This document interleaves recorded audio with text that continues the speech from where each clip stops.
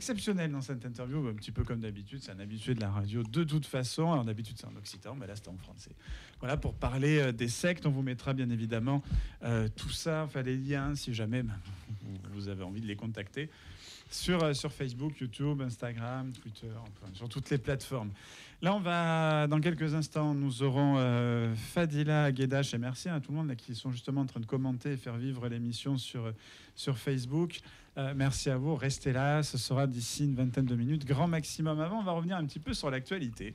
J'ai vu que le Sénat avait envie de mettre fin à l'écriture inclusive, qui est obligatoire dans certains endroits, en plus, je crois. Enfin, je sais que dans l'école, je sais plus où. Dans certaines universités, non ? Université, ouais, où tu peux être... C'est devenu obligatoire. Ouais. Alors, qu'est-ce que vous en pensez autour de la table de tout ça ? Je sais que c'est un sujet qui clive, selon Alors, ce qu'on en vu pense. qu'on est des boomers, puisqu'on est vachement sur Facebook, Philippe, j'aimerais bien avoir la réponse d'une jeune. Oui, mais pas Kakoshim. Boomer, peut-être. Ah ben tiens, oui, une jeune, c'est vrai, Camille. J'oublie que je suis jeune aussi. Hein, Ah oui, c'est vrai, oui, Olivier aussi, t'es jeune. Ouais. Ah bon ? Tu veux qu'on commence par qui ? Par Camilia ou par Olivier. Alors Olivier, t'en penses quoi, toi, de l'écriture inclusive ? J'en pense en tant que non-voyant que c'est compliqué. Enfin, malvoyant. Ouais. Oui, non, pas non-voyant. Oui, non-voyant, oui, bon, l'écriture inclusive, qu'est-ce que vous en pensez ?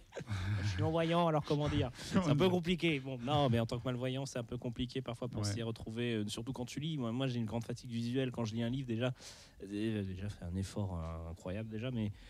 Et l'écriture inclusive, faudrait pas que ça aille dans des romans, des trucs comme ça, parce qu'imaginez si je sais pas, c'est pour ça que les livres audio sont super pour nous, hein, vous me direz, mais pour l'utilisation de tous les jours, moi j'avais toujours l'habitude d'utiliser la parenthèse pour mettre un E dedans quand j'englobais plein de gens. Oui, c'est vrai, oui. Et ça, c'était déjà, je faisais ça avant même que c'était à la mode. J'ai appris ça à l'école privée, enfin l'école où j'étais.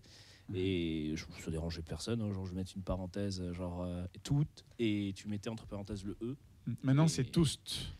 Alors tous en occitan c'est autre chose, hein. Je crois que c'est une baffe ou un truc comme ça. Je vais éviter bonjour à tous le matin, tu vois. Bonjour à tous. Ça ferait bizarre dans la matinale en occitan. Ah, d'ici ça. Mais après il y en a qui se plaignent d'une expression qui a été introduite dans la langue française apparemment. Alors moi je pensais que ça a toujours existé, c'est celles et ceux.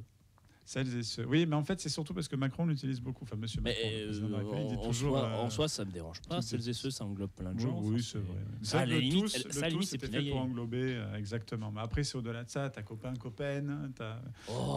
Copine, copain, copine. Ouais, copine, non, mais là, il y a copaine. Voilà. Quoi ? Tu connais pas copaine. Copaine, il faut faire attention à la fin de cette phrase. Yel me surprend beaucoup aujourd'hui. Yel, oui, je l'ai entendu l'année dernière. Elle n'a toujours pas dit ce qu'elle pensait. C'est vrai on la laisse réfléchir.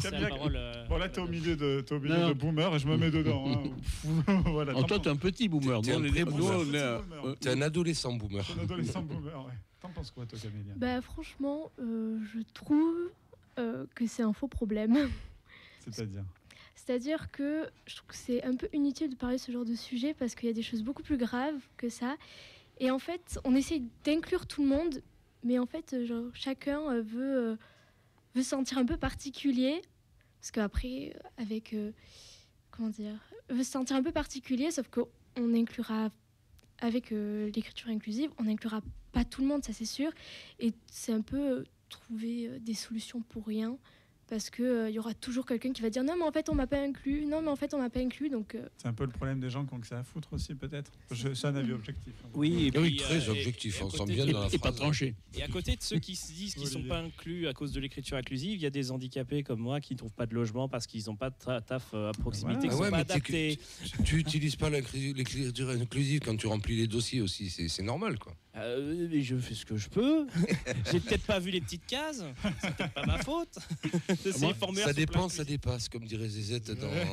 Exactement. Ouais. Moi, ce qui me gêne le plus dans l'écriture inclusive, après tout, pourquoi pas, hein, c'est qu'il faut vraiment bien manier la langue française. Ah ouais, c'est un vrai problème. Et déjà, c'est un problème sans inclusivité. Il y a des verres, si jamais vous voulez à boire, d'ailleurs. Je ne veux pas trahir qui que ce soit. Moi, j'ai eu la chance de pouvoir côtoyer des premières années de bac première année, plus jeunes, quoi, et à qui on fait des cours. On me demande de faire des cours de technique rédactionnelle, par exemple, ou d'argumentation et écrite, quoi. Et on commence par une dictée, juste pour le plaisir. Un ou une ? Une dictée. Et Et c'est pas que tout le monde doive se retrouver dans la fameuse dictée de pivot. Hein. Je fais pas des dictées de ce niveau-là, bien sûr. C'est déjà très surprenant de voir le nombre de fautes qui transparaissent. J'avoue que, comme tu viens de le dire, et comme vous venez de le dire, vouloir faire apprendre une nouvelle orthographe, ne sachant pas la première, j'avoue que c'est vouloir faire apprendre une langue étrangère à des gamins de 3 ans. Je dis pas que ça soit pas le bon moment, mais enfin c'est peut-être la première chose, c'est d'apprendre correctement la langue natale. Et comme le dit notre ami, notre jeune ami, hein, puisqu'on est tous des très très vieux, même toi, puisque tu t'es mis dans les très très vieux. Non, mais c'est surprenant. Et c'est répondre aussi, vouloir répondre, ça coûte pas grand chose, quoi. Ça fait beaucoup d'esbrouf pour pas grand chose. Et j'ai l'impression que ça divise encore plus les gens. Parce qu'on veut les rassembler, mais finalement, ça divise. Parce que c'est vrai qu'il y a d'autres problèmes un petit peu plus graves. Et voilà, et j'ai l'impression que les gens, surtout, ça les rebute. Moi, je sais que ça m'avait rebuté parce qu'il y a une personne qui voulait que j'écrive en inclusif. Ouais, c'était vraiment, pourquoi tu fais pas l'effort? Parce que j'ai pas envie. C'est ma liberté. Non, mais après, il n'y a pas que la liberté, il n'y a pas que le pas envie. C'est qu'à un moment donné, il faudrait déjà qu'on sache écrire. Enfin, vous connaissez peut-être le projet Voltaire. Il est imposé de plus en plus, même dans les facs de droit en première année. Le projet Voltaire, c'est usuellement au départ pour les gens qui sont loin de l'emploi et qui reprennent l'emploi et les gens dans les entreprises, parce qu'ils se sont aperçus que quand certains ou certaines envoient des mails, ne serait-ce que des mails, il faut mieux les lire à haute voix parce que sinon on les comprend pas tellement ça pique les yeux. Et on envoie des gens reprendre des cours d'orthographe, de conjugaison et de syntaxe. Et on nous dit, là, cadrage débordement, comme en rugby, hop, on change de règle et on va prendre autre chose. Mais attendez, il faudrait déjà que les gens sachent écrire. Je prends juste un exemple. En droit, c'est une présidente de fac en droit qui a dit qu'il a inclus ce fameux projet Voltaire en disant clairement, première année, ils auront beau avoir toutes les unités de valeur, enfin, tous les modules faits. S'ils n'ont pas le projet Voltaire, ils ne passent pas. Parce que, juste pour quand même rappeler 2 choses, je ferai avec un S ou sans S, ça a quand même des incidences en droit.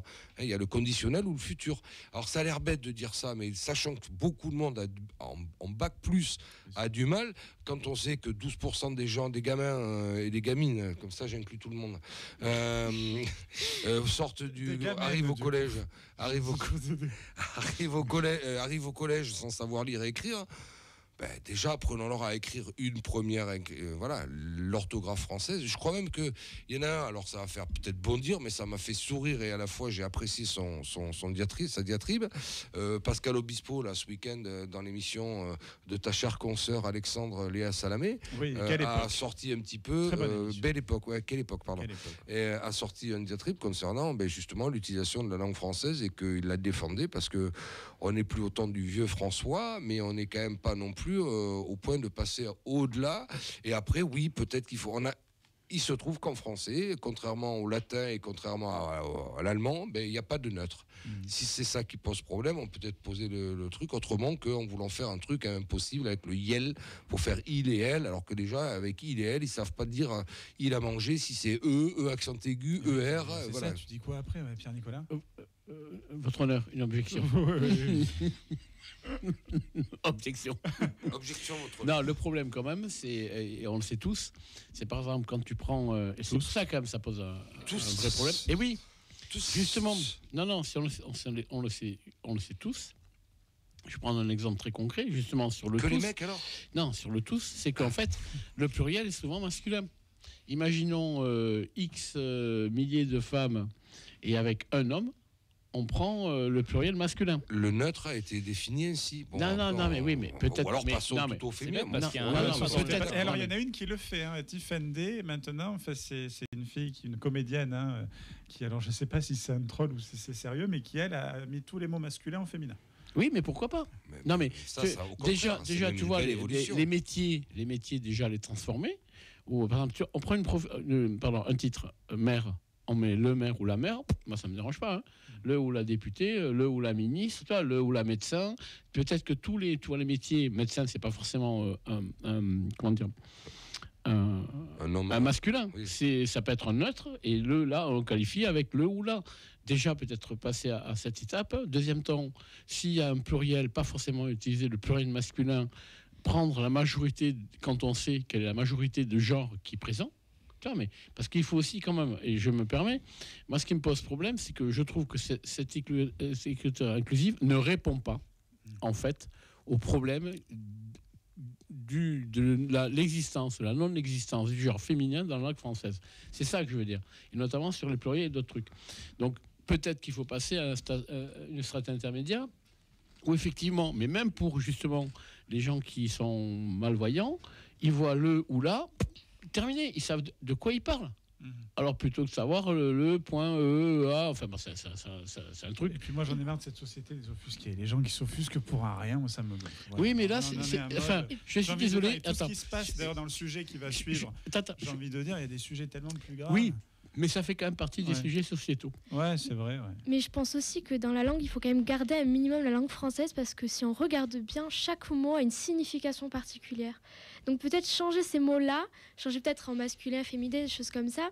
Est-ce que ça reviendrait pas aussi à effacer un peu l'histoire française ? Parce que peut-être que, par exemple, médecin ou même député, c'est au masculin parce qu'en fait, au début de l'histoire, il y avait que des garçons.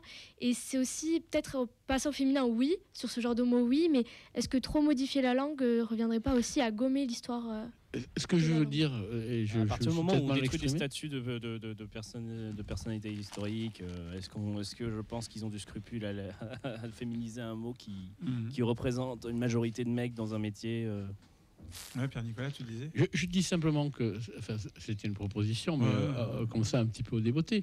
Il suffit de considérer que le titre est neutre et de mettre le ou la, et on qualifie le genre. Tu vois, c'est ça que je veux dire. Et ça ne change rien. Le sage-femme ou la sage-femme. Oui, tu peux mettre le sage-femme, après tout. Pourquoi pas ? Puisque c'est un nom de... Mais tu vois, c'est un titre. C'est générique. C'est un générique, tout à fait. Et le générique peut être neutre. Voilà. Oui, lis les commentaires. Oui, il y a pas mal de commentaires, justement. Il y a... alors, il faut savoir, en plus, parce que je connais déjà un certain milieu que j'aime, dont je suis, les Occitans, qui vont me dire, ouais, quand même, mais les langues, c'est bien et tout. Oui, mais tu vois, par exemple, Camilla parle occitan aussi. Donc, on est les deux occitanophones autour de la table, en tout cas, le parler tous les jours. Mais voilà, c'est pas le sujet. Moi, là, il y en a qui disent déjà que la langue française est l'une des langues les plus riches et complexes. Rajouter l'écriture inclusive, oui, il y a plus de 20 ans, je crois. Fadela qui marque l'anglais est plus simple à apprendre. D'autres qui marquent pourquoi se compliquer l'existence. Effectivement, donc c'est vrai que oui, c'est un sujet en tout cas au-delà de l'écriture et de la langue. Je crois que, comme elle disait, je crois une envie un petit peu de cancel. J'ai eu un débat avec sur la cancel culture où j'en ai eu marre. J'ai dit stop, on arrête de parler maintenant parce que ça me gonfle. Comment, si je peux me permettre, Alex, comment aurait-il fallu que je le suce ? Oui, comment aurait-il fallu que je le suce ? Exactement.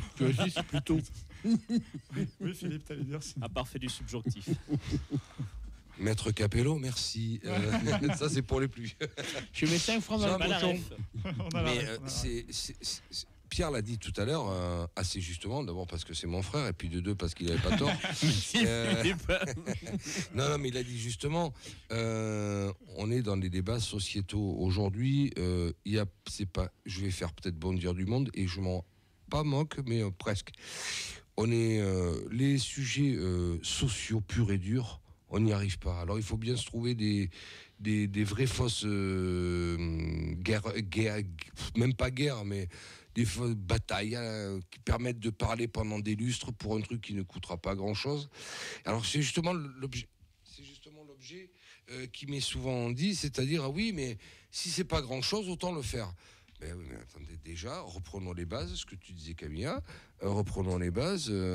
Mais alors, comme on est dans cette cancel culture, la woke culture et compagnie, moi je voudrais demander, c'est pour ça que j'ai demandé son avis d'abord, mais est-ce que vraiment Camilla est une femme ? Rappelez-vous l'émission de Daniel Schneiderman, il s'était fait avoir avec un barbu qui disait moi je ne suis pas un homme. Mais surtout donc on en est à ce niveau-là. Moi ce qui m'a énervé c'est qu'il avait agressé. Il dit qu'est-ce qui vous permet de dire que je suis un homme ? Mais laisse dire Camilla qui va peut-être me dire mais qu'est-ce qui vous permet de dire que je ne suis pas une femme ? Non mais je ne suis pas une femme, je suis un homme.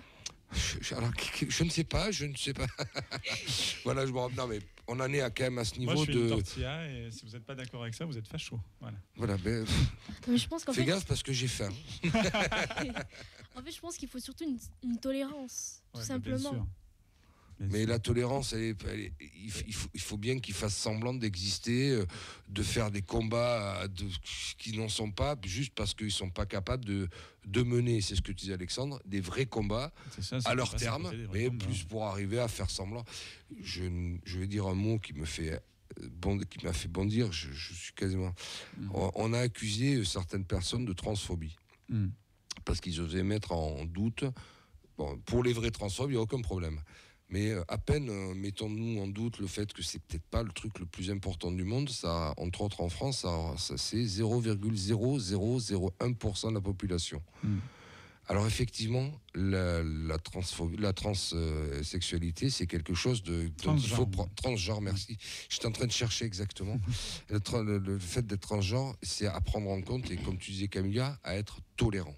C'est inadmissible quand on voit une nana, une personne qui monte je me rappelle au moment des manifestations, qui monte du métro, qui se fait agresser. Enfin non, mais c'est juste pas possible. En quoi ça dérange mais inversement, d'en faire. Pour tous. En quoi ça dérange les gens? Ça vous empêche? Est-ce que ça vous ça n'enlève aucun droit. Non, mais ça n'enlève aucun droit. Mais inversement, la tyrannie des minorités, comme le disait Caroline Forest, pas Caroline Forest, Natacha Polony, il y a bien des années, il faut pas tomber dedans. Et je trouve que, pour revenir, donc j'ai fait peut-être un parallèle assez large, et je parle bien de tolérance qu'il faut avoir. Et pour ce qui est du combat, soi-disant, de l'écriture inclusive, je trouve que c'est bien vouloir se conformer à des minorités qui veulent agir. Et je reviens pas sur l'exemple que j'ai pris, qui était pour illustrer mon propos, pas du tout. Mais on en est quand même à ce niveau-là, quoi. Chacun veut se faire reconnaître pour la particularité qu'il a.